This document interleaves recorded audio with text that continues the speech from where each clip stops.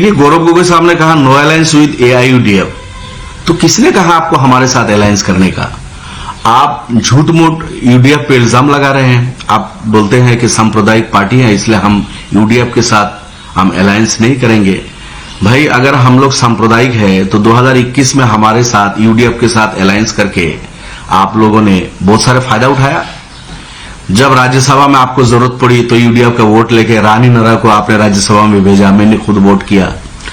Last year में अभी 5 साल पहले अजीत भुइया जो इंडिपेंडेंट कैंडिडेट थे, कांग्रेस यूडीएफ हम दोनों दल मिलके उनको राज्यसभा में भेजा।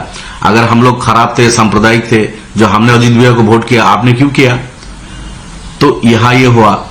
फिर आपने रिपुन बोरा को कैंडिडेट बनाया, मैंने खुद रिपुन बोरा को वोट दिया। तो आपके कुछ लोग क्रॉस वोट कर दिया, वो हार गए, वो अलग है। लेकिन रिपुन बोरा को राज्यसभा में भेजना था, उस वक्त आप यूडीएफ सांप्रदायिक नहीं थे। यूडीएफ को वोट को आपको चाहिए और हमारे वोट को आपने लिया है। आपके जो नंबर है उससे कहीं ज्यादा वोट रिपुन बोरा साहब को मिला था, हमारा वोट आपने लिया था। मनमोहन जी को या राज्यसभा से भेजा करते थे आप लोग, मैंने खुद वोट डाला उनको। तो यूडीएफ अगर सांप्रदायिक उस वक्त हमारे वोट क्यों लेते थे?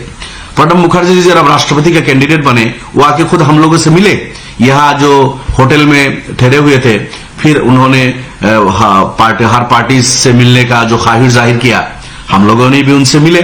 तो हमसे उन्होंने ये दरखास्त की थी कि हमारा वोट उनके पक्ष में जाना चाहिए। हमने प्रणब मुखर्जी को भी राष्ट्रपति में वोट डाला, उनको राष्ट्रपति बनाया हमने।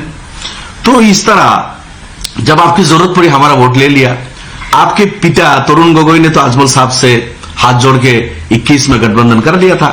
थोड़ी वजह से हम लोग रह गए, सरकार नहीं बना पाए। वो आपका जो आज का दोस्त है, सुबह का दोस्त शाम का दुश्मन, शाम का दोस्त सुबह का दुश्मन अखिल गोगोई, वो आपके खिलाफ अपर आसाम में एक तरफ से कैंडिडेट दे दिया और लुरिनज्योति गोगोई, ये दोनों ने आपका वोट काट दिया। 17 सीट आप लोग हार गए।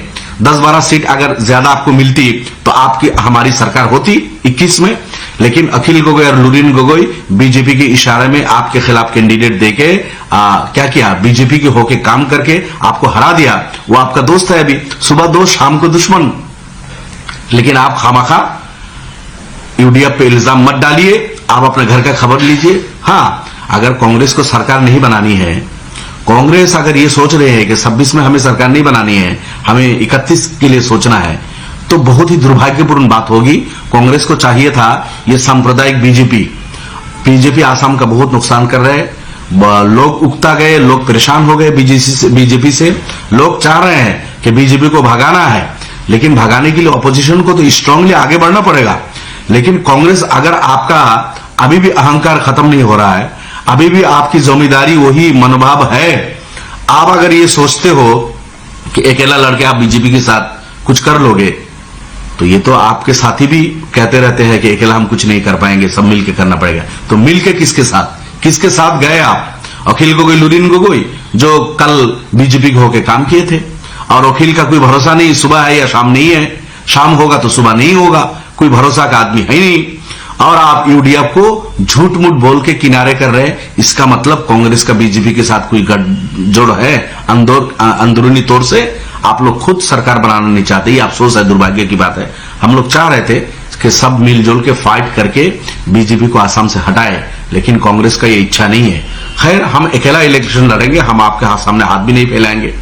गठबंधन के लिए हम आपको हाथ नहीं फैलाया। आप इलेक्शन लड़िए, हम सिर्फ 30-35 सीटों में इलेक्शन लड़ेंगे।